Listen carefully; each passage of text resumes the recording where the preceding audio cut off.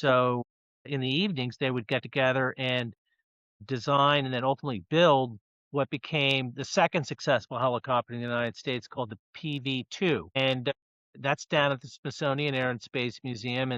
And the real innovation of that aircraft was the demonstration of dynamically balanced rotor system, which uh, aligned the center of mass and the center of lift of the rotor blade so that the control forces were minimized, and it allowed for scaling up of the rotors to much larger sizes so that helicopters could be more useful machines.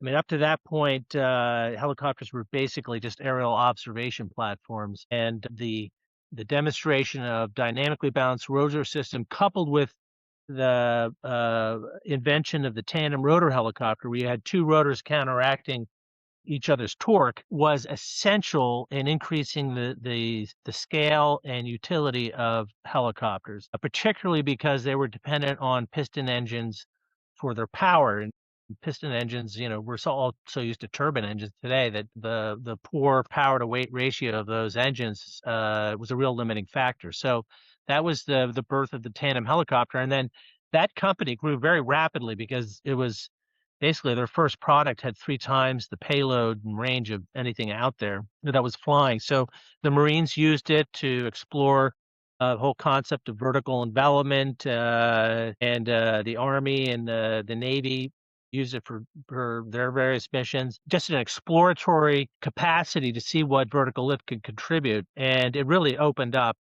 a whole new industry for the United States. Ultimately, Pius Eke Helicopter, I think, was the largest helicopter company in the world, or certainly the largest backlog. And the DuPonts and the Rockefellers invested to be able to expand its production capacity. And then ultimately, there was a big debate between the founders and the investors over, well, do we reinvest in the company and go to the next generation product? Do we pay out the returns to the investors, et cetera? And so that led to a battle between those two groups. And ultimately, my dad left the company with his original founding group, and they sold the company to Boeing. It became the Vertol division of Boeing. Wow, And I did not know that. dad and his R&D team created the company that my brother Fred and I run now, which is Pius Eke Aircraft Corporation. So, What was the company that your dad that was sold to Boeing? What was the name of that company?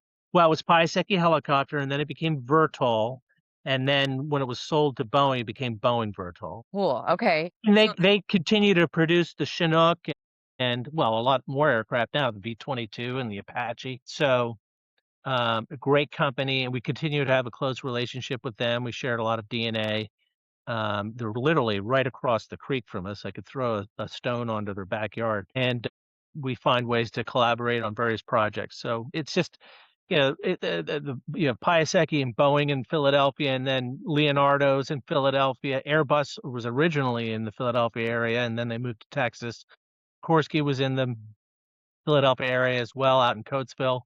Although they've now moved out, and we acquired their Heliplex facilities. Then there's a whole ecosystem of suppliers. I mean, you just don't snap your fingers and create a helicopter industry. I mean, you have all sorts and manner of not just industrial partners, but also academic partners. Penn State is a center of excellence in vertical lift, and Maryland plays an important role as well as a center of excellence, and at Georgia Tech as well. So Philadelphia really has a historical role in both the development of the helicopter and its continued production.